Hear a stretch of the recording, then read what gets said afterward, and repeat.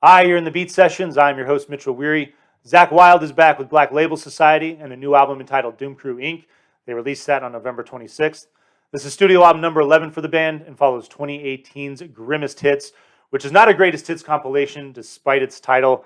Zach Wild just has a funny sense of humor, an immensely entertaining guy. If you've never read or seen an interview, I would do yourself a favor and check one out. And this new album, Doom Crew Inc., as its title would suggest, is about the roadies and the techs, and frankly, it's about all of you, the legions of fans who have made all of this possible now for 35 years.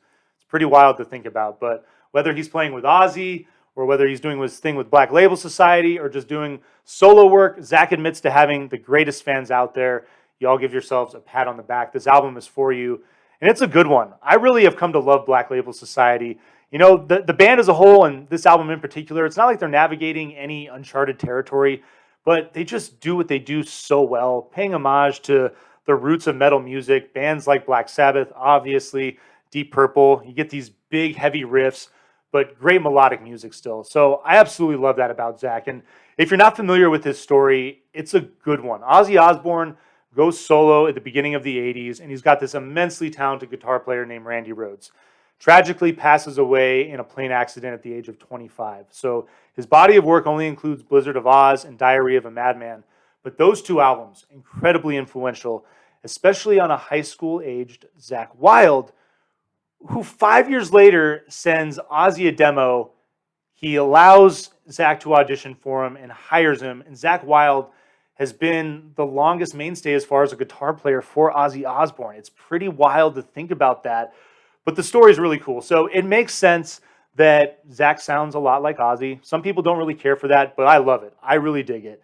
And it makes sense that a lot of his music at sometimes does sound like Ozzy solo or Black Sabbath, which I'm totally okay with. Again, he's not navigating any uncharted territory here, but he's so consistent and he just does it so well that it's always a pleasure to have new music in their catalog, new songs that you know that you're going to hear when you go to see them live as well. What makes them so special? And he's navigating a lot of fun territory on this new record as well. Like I said, you get that classic metal sound, but you also get just a lot of straightforward hard rockin' tracks. So think of older bands like Zeppelin. Think of, I guess they're kind of older now, but you get all the way up to this 90s grunge influence. There's a couple of tracks on this record that reminded me a lot of Soundgarden, and I really dug those songs for that reason. And then, exploring lots of other metal territory, bands like Metallica, Iron Maiden, bands like Motorhead. You get some really fast-paced, up-tempo stuff that I really like on this record. It's just all over the place. And then you cannot forget a little balladry.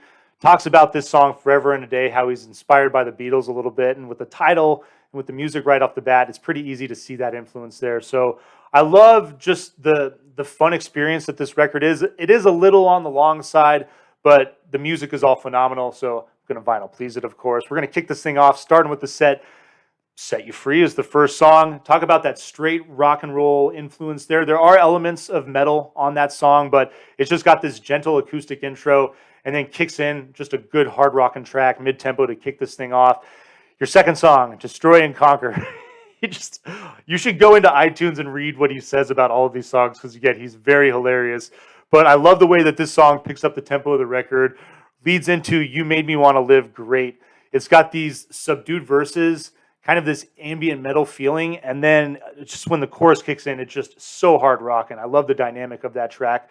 Forever and a Day, that fourth track, I'm going to back things up a little bit. You get a little balladry, and then we get into a really awesome run of songs here. End of Days, your fifth track. I love the riff on this song.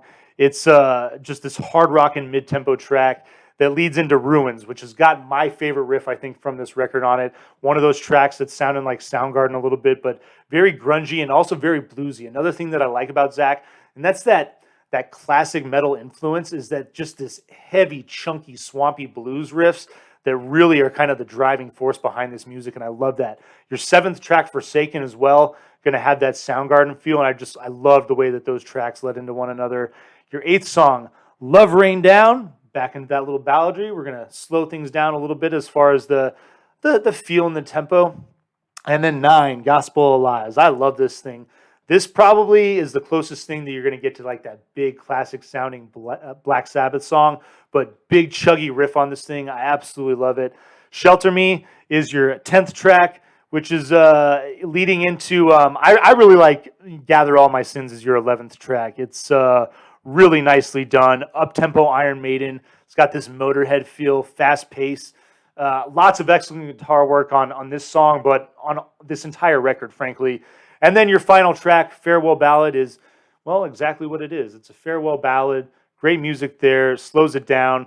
Kind of a little swan song to exit out of this thing, but a really fun record. A nice effort from Black Label Society.